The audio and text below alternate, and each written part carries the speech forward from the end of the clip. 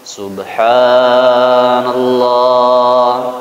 walhamdulillah wala ilaha illallah wallahu akbar.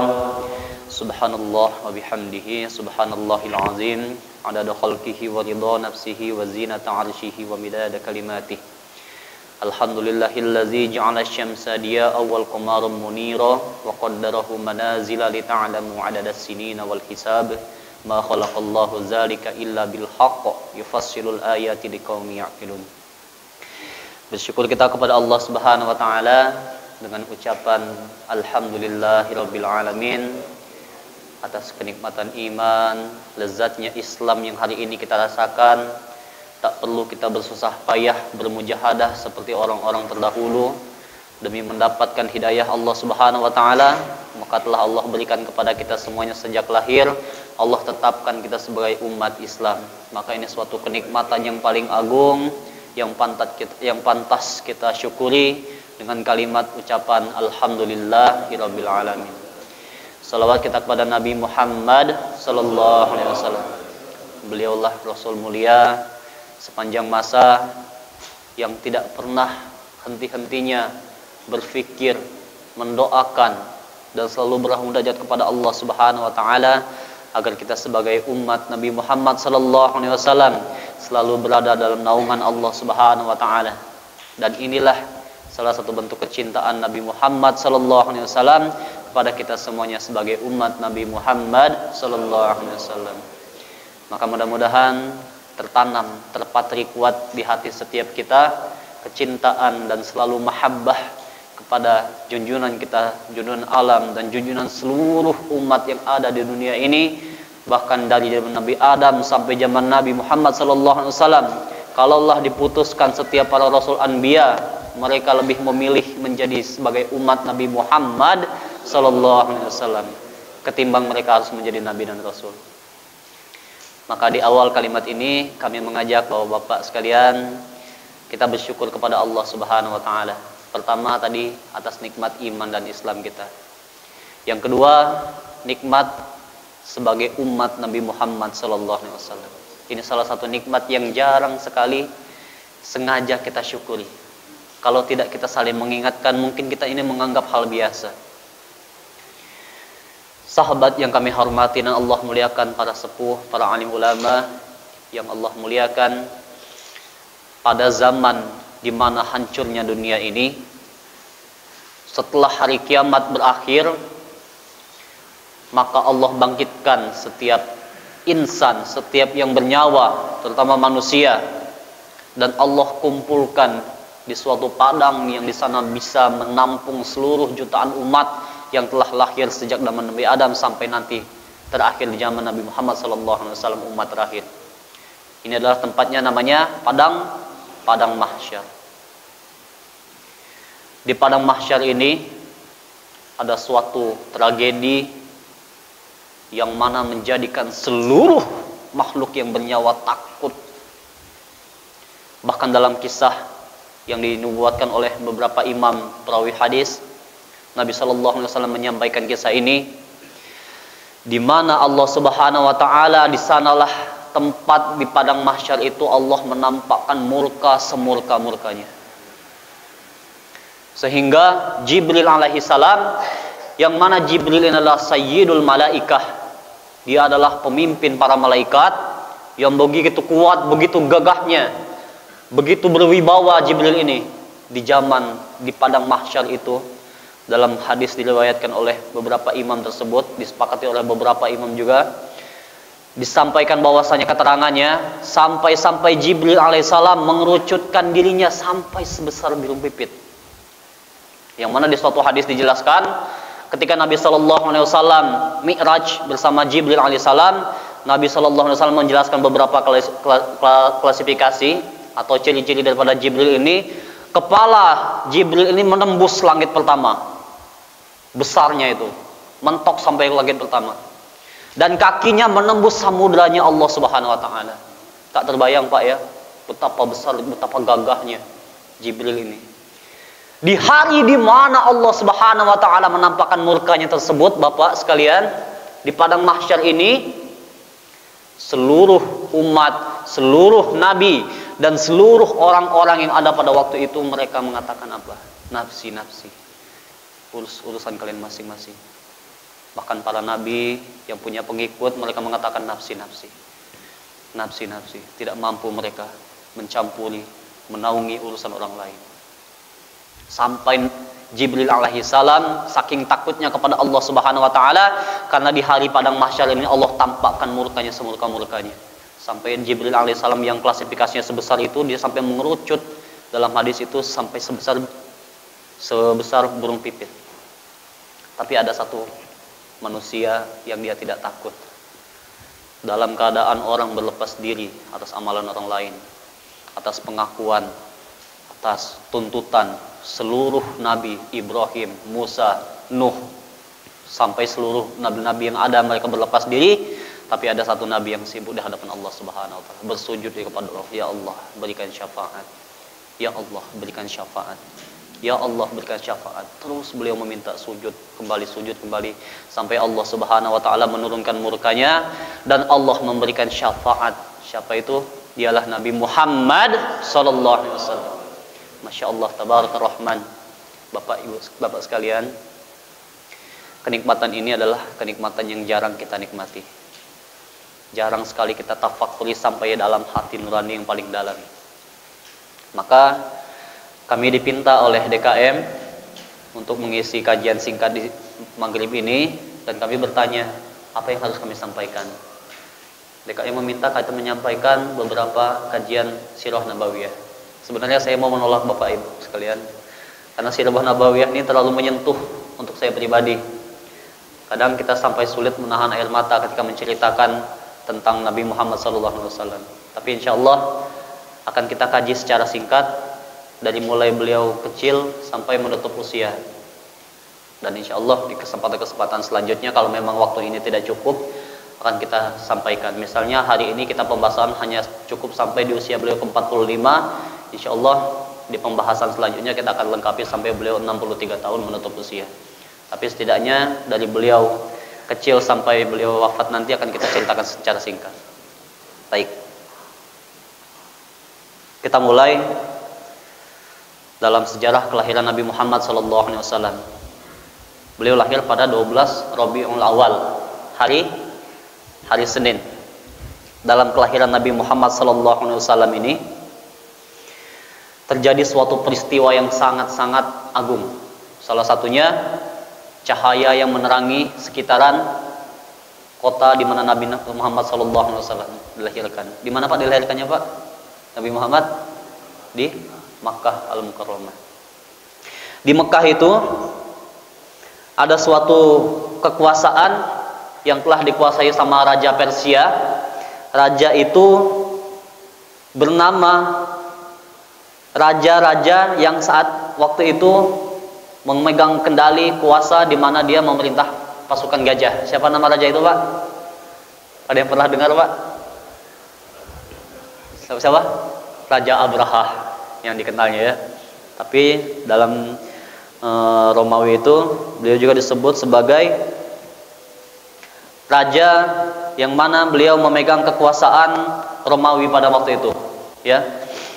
Pada subuh 12 Rabiul Awal, hari pertama sejak tahun gajah terjadi. Nah, masih di tahun itu juga Nabi Muhammad SAW lahir. Jadi lahirnya itu tidak bertepatan dengan penyerangan Ka'bah itu tidak, tapi masih di tahun itu juga. Agar kita meluruskan sejarah yang mungkin sampai saat ini kita tahunya Nabi Muhammad SAW lahir ketika pasukan gajah menyerang Ka'bah. Ya. Kemudian gereja di Buahera. Buahera itu adalah suatu tempat di mana itu adalah tempat di mana ajaran Nasrani masih suci. Buahera. Bahkan di sejarah selanjutnya itu adalah pendeta Buahera ini ketika nanti Nabi Muhammad SAW menjelang beliau dewasa, ketika beliau berdagang, dialah yang menyelamatkan Nabi Muhammad, memberikan tanda kepada para nabi. Haza Sayyidul Alamin. Ini adalah pemimpin orang-orang sedunia. Kenapa bisa ngomong kayak gitu? Kaget ya kan si paman Nabi ini. Bertanya kepada kepada pendeta tersebut, maka pendeta itu menjelaskan bahwasanya ada tanda kenabian. Salah satunya dinaungi awan, kemudian setiap beliau lewat ke suatu tempat, para tumbuhan dan bebatuan itu sujud kepada beliau, memberikan penghormatan. Kemudian ada tanda di belakang beliau. Maka atas saran daripada pendeta Buahira ini, beliau diperintahkan untuk kembali ke asalnya, ke Madinah. Tidak boleh melanjutkan perjalanan ke Syam, karena di sana ada orang Yahudi yang sudah ingin membunuh beliau. Abdul Muthalib membawa bayi mulia tersebut dalam kelahiran Nabi Muhammad SAW ke Ka'bah. Di Ka'bah Nabi Muhammad SAW disembelihkan 2 ekor kambing. Nah, kenapa sudah ada akikah waktu itu? Karena kita merujuk kepada milah Nabi Ibrahim alaihissalam, sehingga Nabi Muhammad SAW berdasarkan tuntunan yang telah diberikan oleh keluarganya, dan waktu itu Abdul Muthalib adalah pengikut Nabi Ibrahim, penyembah Allah Subhanahu wa taala, sehingga disyariatkan kepada Nabi Muhammad SAW dipotongkan 2 ekor kambing, sebagaimana yang contohkan Nabi Ibrahim alaihissalam terhadap Ismail. Kemudian di sana juga Nabi Muhammad SAW setelah 7 hari langsung dihitankan. Nah, jadi kalau ada simpang siur pendapat yang mengatakan Nabi Muhammad dihitankan di usia 7 tahun, kita boleh mengkoreksi pendapat tersebut, bahwasanya Nabi Muhammad SAW dihitankan langsung setelah 7 hari. Kita persingkat, Nabi Muhammad SAW disusui pertama oleh siapa, Pak? Siapa? Halimatus Sa'diyah. Betul itu, Pak? Nah, yang pertama menyusui Nabi Muhammad SAW adalah Suwaibah. Siapa Suwaibah ini? Suwaibah adalah budak Abu Lahab. Nah, Suwaibah ini ketika itu dia baru juga melahirkan seorang anak. Maka anak ini adalah saudara persusuan Nabi Muhammad SAW. Nama anak tersebut selain Hamzah juga kan waktu itu masih kecil juga. Jadi Hamzah itu adalah saudara sesusuan Nabi Muhammad SAW melalui jalur Suwaibah. Nah, ketika Nabi Muhammad SAW disusui oleh Suwaibah itu, Suwaibah juga melahirkan saudara Nabi, saudara sesusu Nabi, yaitu salah satunya Hamzah. Dan juga Hamzah ini adalah orang yang akan dibunuh oleh Wahsy nanti. Wahsy adalah budak yang nantinya masuk Islam, tapi sebelum dia masuk Islam dia membunuh Hamzah, salah satu panglima perangnya Allah Subhanahu wa taala. Kita persingkat, di umur 4 tahun ketika bersama Halimatus Sa'diyah. Nah, ini Halimatus Sa'diyah. Setelah disusui oleh Suwaibah, beliau disusui oleh Halimatus Sa'diyah. Tapi yang banyak sampai di masyarakat bahwasanya Nabi Muhammad SAW pertama kali disusui oleh Halimatus Sa'diyah. Nah, ini juga perlu dijadikan sebagai gambaran bahwasanya pertama yang menyusui Nabi Muhammad adalah Suwaibah. Bedanya siapa, Pak? Beda Nabi Muhammad ketika melahirkan? Siti Syifa. Makanya sekarang banyak kan klinik Asyifa kan, itu mengambil daripada bidan Nabi Muhammad SAW. Beliau adalah bidan yang membantu persalinan lahirnya Nabi Muhammad SAW. Jadi bidannya Syifa, kemudian yang menyusui pertamanya Suwaibah, ya. Kemudian yang menyusui keduanya Halimah Sa'diyah.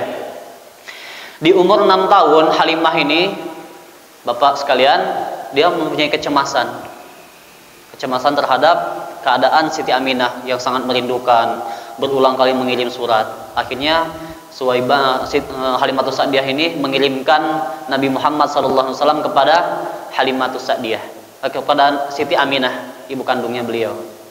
Niat hati Siti Aminah ingin mempertemukan Nabi Muhammad SAW kepada makam bapaknya.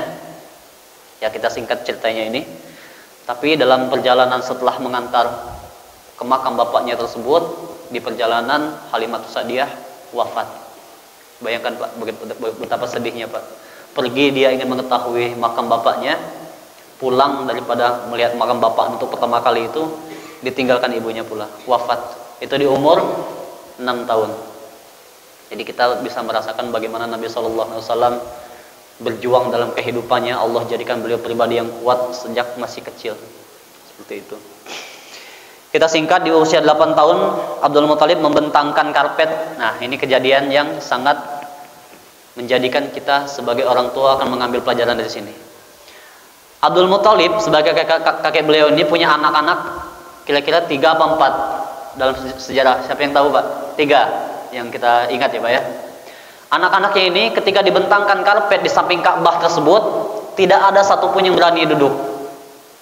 Nah, Nabi Muhammad SAW duduk sendirian di sana dia. Sampai-sampai ditegur oleh anak-anak Nabi Muhammad, anak-anak Abdul Muthalib ini. Wahai Muhammad, jangan kau duduk di sana. Itu bukan untuk singgasana para tamu. Maka Abdul Muthalib mengatakan, demi Allah biarkan dia. Dia ingin duduk di sana. Dia adalah anak yatim. Dia katakan seperti itu. Karena Abdul Muthalib ini telah mempunyai pandangan bahwasanya Nabi Muhammad SAW akan menjadi orang yang besar. Dia punya firasat seperti itu. Maka dibiarkan. Dia senang melihat Nabi Muhammad SAW duduk di tahta kerajaan itu, di tahta di mana orang-orang dihormati di tempat duduk tersebut. Dan Abdul Muthalib menemani beliau sambil mengatakan berdoa, wahai Allah, jadikanlah anak ini sebagai petinggi-petinggi umat-umat di dunia ini. Dan itu salah satu doa yang disampaikan kepada Allah Subhanahu wa taala di depan Ka'bah langsung, dan itu Allah ijabah. Kemudian di usia beliau 12 tahun, beliau diajak oleh Abu Thalib berdagang. Beliau ini setelah usia 12 tahun ini, Abdul Muthalib wafat. Kakeknya wafat, ibunya sudah wafat, bapaknya sudah wafat sejak beliau masih kecil, masih dalam kandungan. Nah, di usia 12 tahun dititipkan kepada pamannya. Siapa? Abu Thalib. Abu Thalib ini 8 bersaudara, tapi dia adalah orang yang paling miskin, Bapak sekalian. Sudahlah paling miskin, dan dia punya banyak anak juga. Tapi tidak sedikit pun mempunyai rasa berat hati terhadap titipan Allah Subhanahu wa taala kepada beliau ini. Maka beliau ajak apa? Nabi Muhammad SAW diajak berdagang, diajak mengembala domba, dan itu beliau lakukan dengan penuh amanah, penuh keyakinan, dan juga penuh istiqomah. Dan dia menampakkan cikal bakal kepemimpinan yang sangat luar biasa sejak di usia 12 tahun itu. Kita persingkat, di usia 20 tahun terjadi pertama kali perang yang diikuti Nabi Muhammad SAW. Di usia 20 tahun ini beliau membantu daripada suku Quraisy berperang melawan suku Kinanah. Ini terjadi disebut juga dalam Harbul Fijar, karena ada daripada Bani Kinanah ini membunuh orang-orang Quraisy. Maka tugas Nabi SAW waktu itu tidak mengangkat pedang. Pertama kali beliau berperang, beliau adalah orang-orang yang menyiapkan busur-busur anak panah. Dan dia di sanalah melihat bagaimana strategi perang, bagaimana strategi menguatkan diri, bagaimana pertama kali Allah tarbiyah beliau dalam perjalanannya. Dan pertama kali beliau berkecimpung dalam perang adalah perang yang disebut Harbul Fijar. Persingkat kembali, di usia 25 tahun, nah setelah beliau semakin dewasa, semakin kecerdasannya terasah, kemampuan beliau bela diri semakin baik, kemampuan berkomunikasi semakin baik, kemampuan berniaga semakin baik. Singkat cerita, beliau diajak oleh seorang yang bernama Maisarah. Laki-laki apa perempuan, Pak? Laki-laki. Siapa Maisarah ini? Salah satu budak dari Siti Khadijah. Betul. Nah, Maisarah ini mengajak, ayo join sama kita, ibarat bahasanya. Nah, Siti Khadijah mempunyai banyak para pedagang, tetapi dagangannya ini tidak selaris ketika dibawa oleh Maisarah. Maka Siti Khadijah dia terheran-heran, kenapa dagangan aku yang kau bawa ibaratnya laku 7 kali lipat daripada yang dibawa orang lain, dan hasilnya tidak sebesar setoran orang-orang lain. Jadi sistemnya beliau dulu kan seperti itu, bagi hasil penjual atau yang mengedarkan barang-barang daripada tijarah yang dilakukan oleh Siti Khadijah ini mendapatkan 45%, dan Siti Khadijah mendapatkan 55%. Tetapi yang Nabi SAW lakukan apa? Dia menyampaikan modal seutuhnya, menyampaikan pula keuntungan seutuhnya. Jadi disinilah beliau terkesima. Nah, singkat cerita, pada di usia 25 tahun itu juga Nabi SAW dilamar oleh Khadijah. Tapi tidak melamar secara langsung. Beliau menitipkan pesan. Siapa Pak perantara pesan yang disampaikan untuk oke, sampaikan nih ke keluarga Muhammad, saya ingin menikah dengan dia. Siapa namanya? Yang pernah disampaikan itu melalui Nafisah binti Munabih. Nah, Nafisah binti Munabih ini adalah perantara yang menyampaikan ibaratnya khitbahan, sampaikan kepada Bani Hashim, sampaikan para petinggi Quraisy, sampaikan para keluarga Abdul Muthalib bahwasanya sang konglomerat ini Siti Khadijah binti Khuwailid, beliau ingin menikah dengan Nabi Muhammad SAW. Akhirnya paman-pamannya inilah yang mengurusi pernikahan antara Nabi Muhammad SAW dengan Khadijah binti Khuwailid di usia 25 tahun. Kita beranjak di usia dari umur 25 tahun sampai ke umur 35 tahun. Perjalanannya kita persingkat. Nah, di usia 35 tahun terjadi kembali suatu tragedi lagi. Apa itu? Renovasi Ka'bah. Nah, para petinggi suku waktu itu hampir berperang, Pak. Setiap malam selama 4 hari menyiapkan pedang terbaiknya, menyiapkan tombak terbaiknya, menyiapkan busur panah yang paling tajam. Barang siapa yang berani meletakkan Hajar Aswad ini pertama kali, maka berhadapan, kecuali sudah dengan kesepakatan. Maka ada suatu orang yang mengatakan, bagaimana kalau kita setujui Hajar Aswad ini akan diletakkan oleh orang yang pertama kali masuk Ka'bah besok pagi dan yang terakhir kali keluarnya. Atau di riwayat lain dikatakan hanya yang pertama kali memasuki Ka'bah. Siapa orang itu, Pak, namanya, Pak? Siapa, Ustaz? Ya, kalau itu yang meletakkannya. Yang merekomendasikan itu siapa namanya? Jadi yang mengatakan itu adalah Abu Umayyah bin Maghfirah al-Makhzumi. Beliau yang mempunyai ide. Jadi Abu Umayyah bin Maghfirah al-Makhzumi. Beliau mengatakan kepada para petinggi suku-suku ini, saya mempunyai ide, bagaimana kalau kita memberikan izin kepada orang yang pertama kali masuk Ka'bah besok pagi, maka seluruh orang mengintip siapa yang pertama kali masuk adalah Nabi Muhammad sallallahu alaihi wasallam. Maka ketika itu juga Nabi Muhammad sallallahu alaihi wasallam diberikan kemuliaan oleh para petinggi suku ini, diberikan sejumlah kain sebesar ya cukup besar.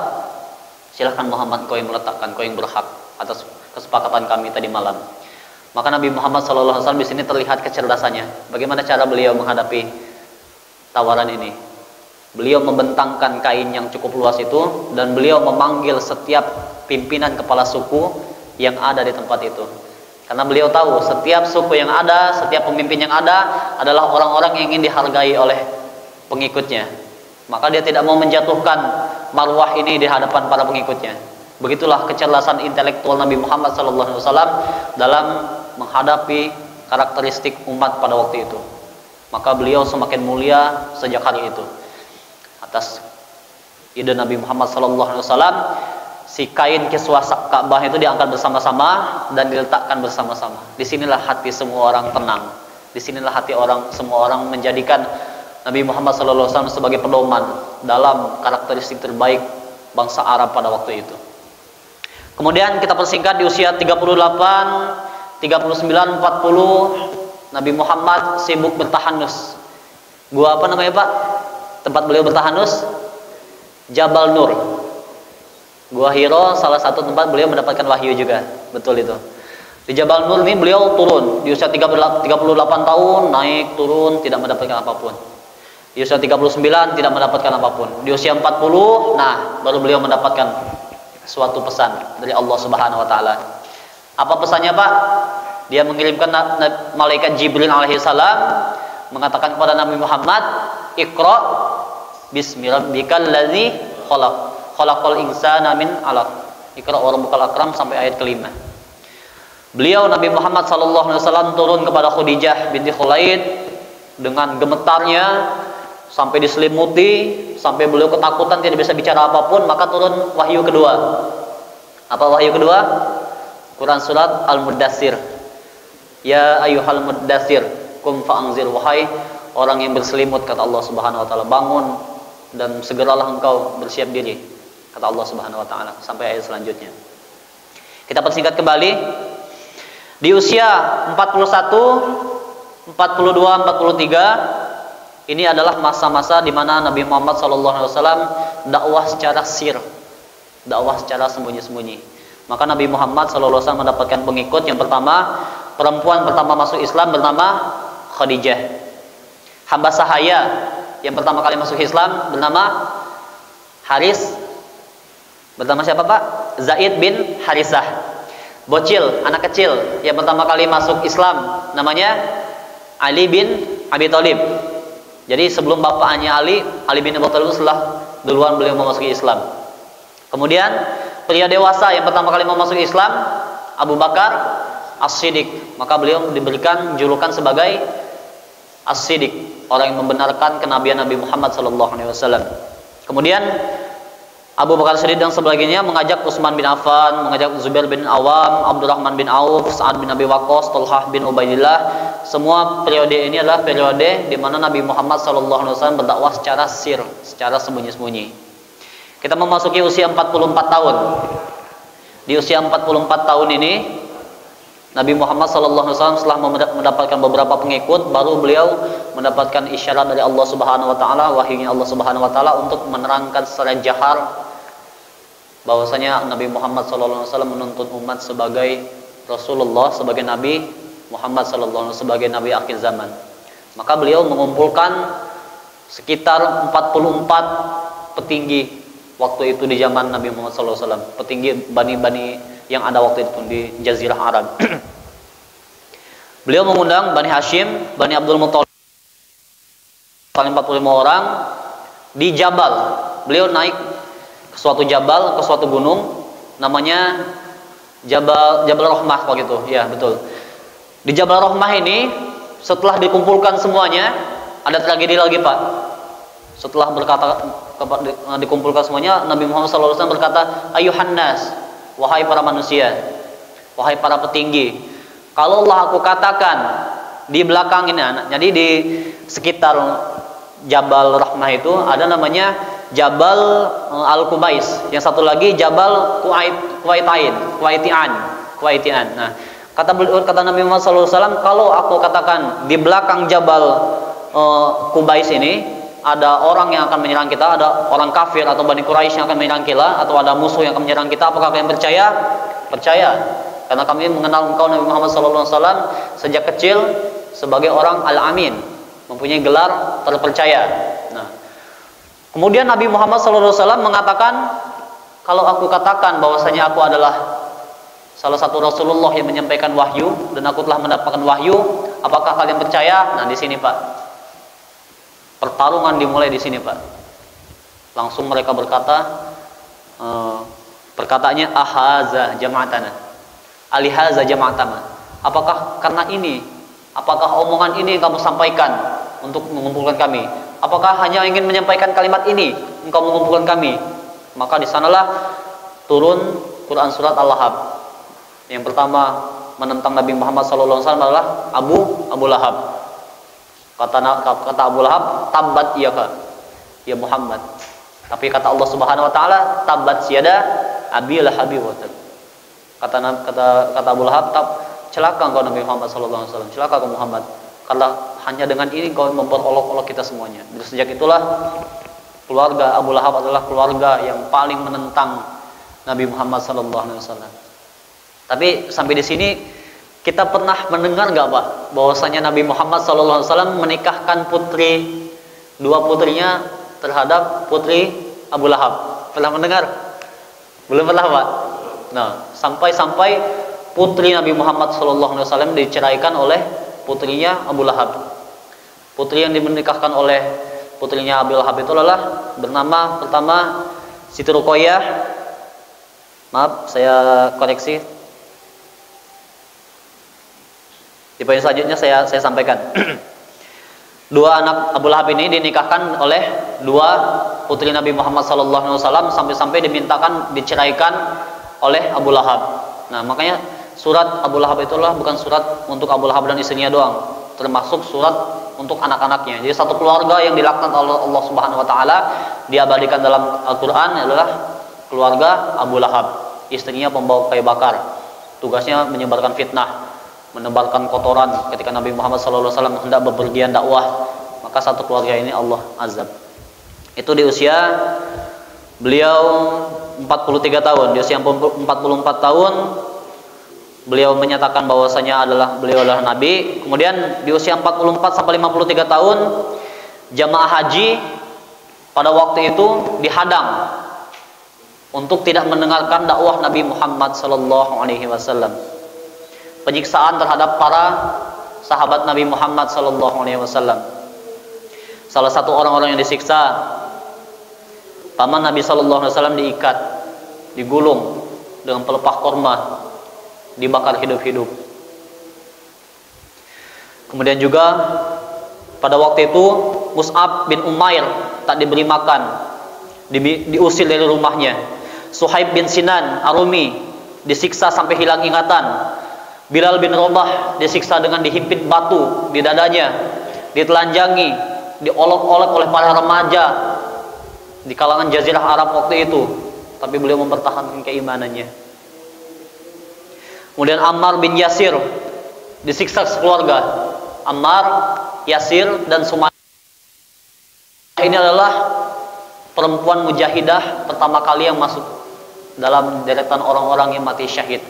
Jadi kalau kita ditanya siapa syuhada di kalangan perempuan pertama kali di zaman Nabi Muhammad SAW, beliau adalah Sumayyah. Sumayyah adalah wanita pertama yang mati syahid mempertahankan keimanan di hadapan Allah Subhanahu wa taala. Kemudian setelah Sumayyah, Abu Fuqaihah disiksa dengan rantai besi sampai hilang ingatan. Khobab bin Are disiksa dengan api sampai hilang ingatan. Utbah Itabah. Nah, Utbah Itabah ini adalah anak daripada Abu Lahab. Utbah dan Itabah. Mereka menikahi anak Nabi Muhammad SAW yang bernama Ruqayyah dan satu lagi yang bernama Ummu Kulsum. Nah, jadi Ruqayyah menikah dengan Utbah, Utabah menikah dengan Ummu Kulsum. Sampai-sampai dipintakan oleh Abu Lahab menceraikannya, dan itu dilakukan sama mereka. Maka Utbah bin Utabah Allah laknat, kemudian istri Abu Lahab Allah laknat, berikut dengan Abu Lahab Allah laknat, diturunkan dalam Quran surat Tabbat Syada Abi Lahabi wa Tab ma aghna anhu maluhu wa ma kasab. Tidak berarti kekayaannya, keluarganya, dan apapun yang dia usahakan di dunia, kata Allah Subhanahu wa taala. Saking Allah Subhanahu wa taala membenci terhadap keluarga Abu Lahab ini.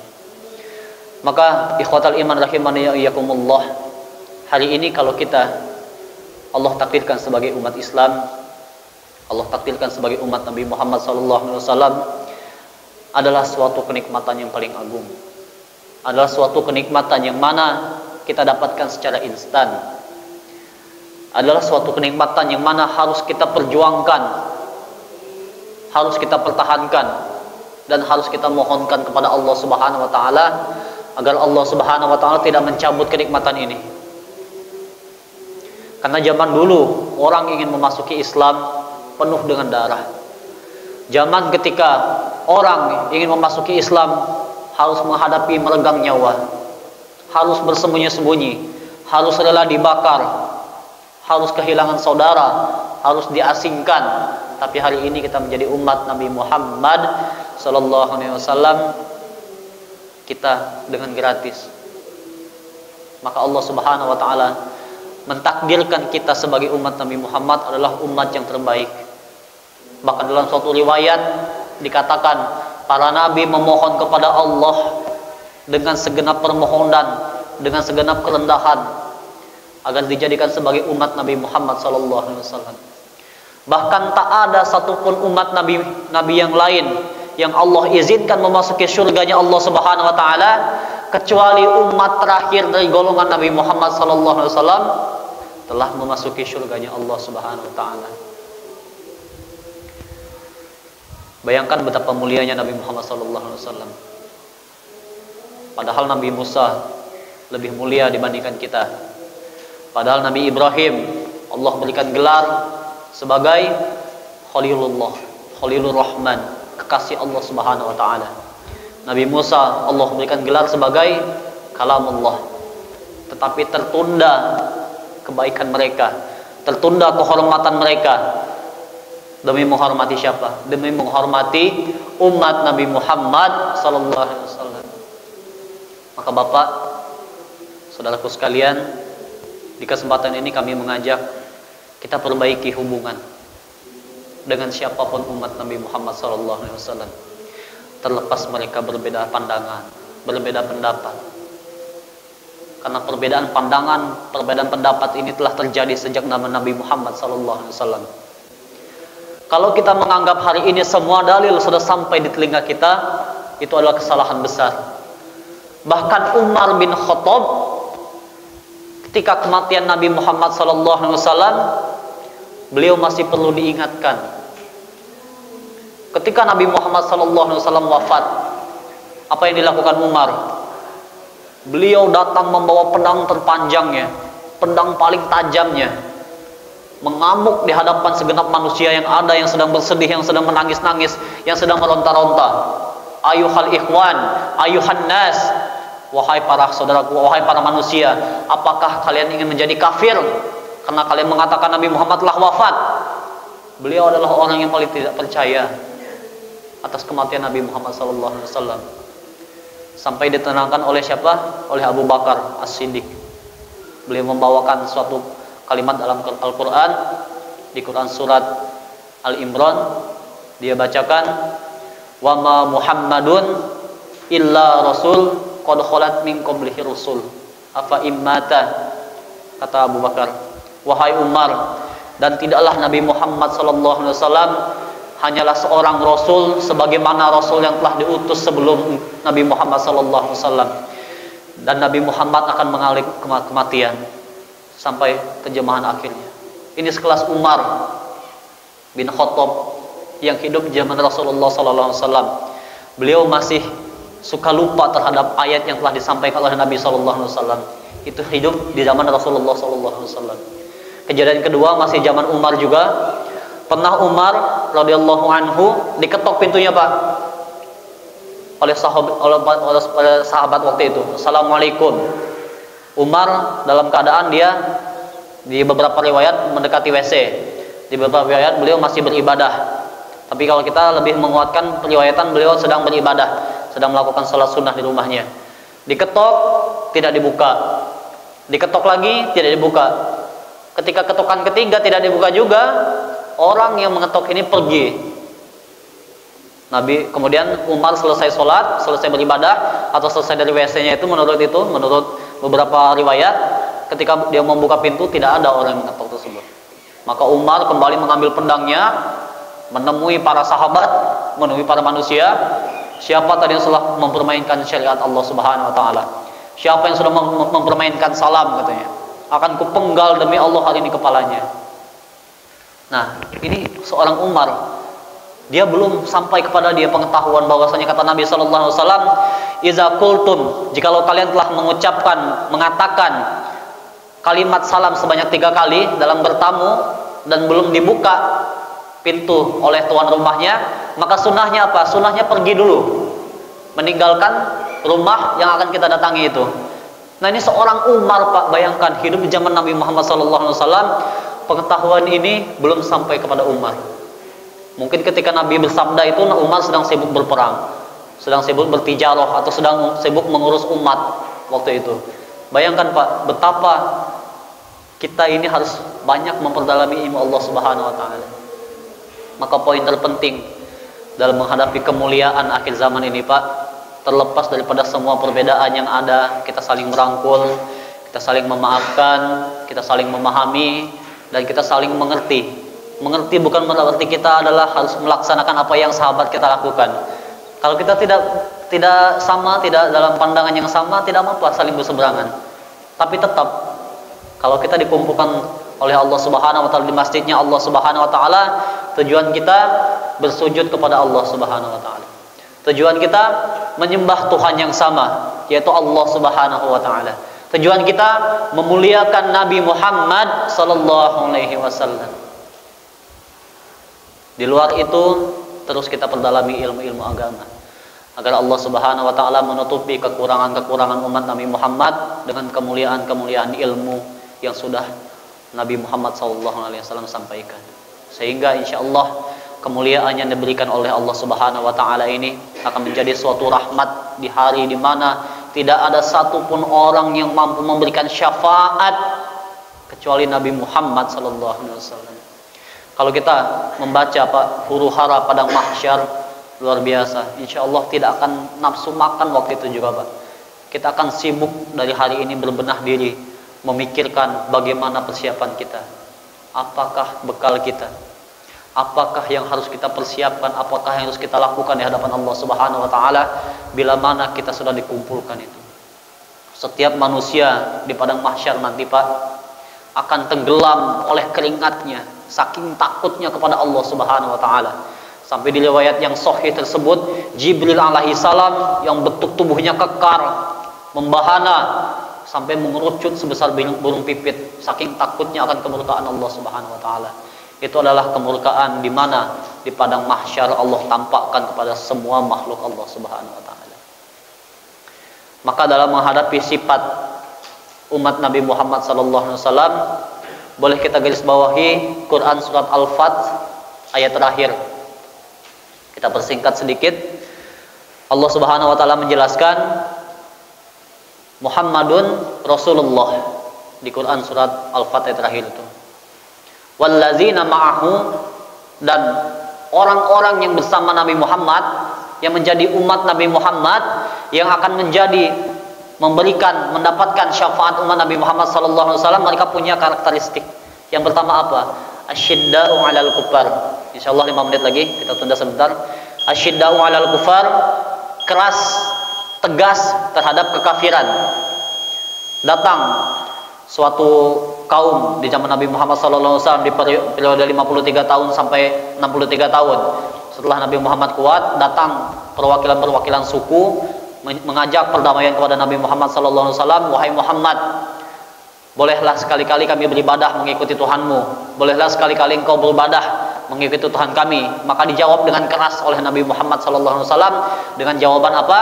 Qul ya ayyuhal kafirun la a'budu ma ta'budun. Ini adalah sifat keras Nabi Muhammad sallallahu alaihi wasallam. Maka umat yang akan menjadi umat Nabi Muhammad, orang yang akan menjadi mendapatkan rahmat daripada Nabi Muhammad sallallahu alaihi wasallam, mempunyai prinsip pertama asyidda'u 'alal kuffar. Yang kedua, ruhama'u bainahum, saling sayang, saling berbelas kasihan, saling merangkul, saling memahami terhadap perbedaan sesama, dan saling mempelajari terus-menerus ilmu-ilmu yang mungkin belum kita pahami. Itu adalah sifat daripada umat Nabi Muhammad sallallahu alaihi wasallam yang Allah tegaskan dalam Quran surah Al-Fat. Yang ketiga, tarahum ruk'an sujada. Mereka terlihat sujud dan ruku' di masjidnya Allah Subhanahu wa taala.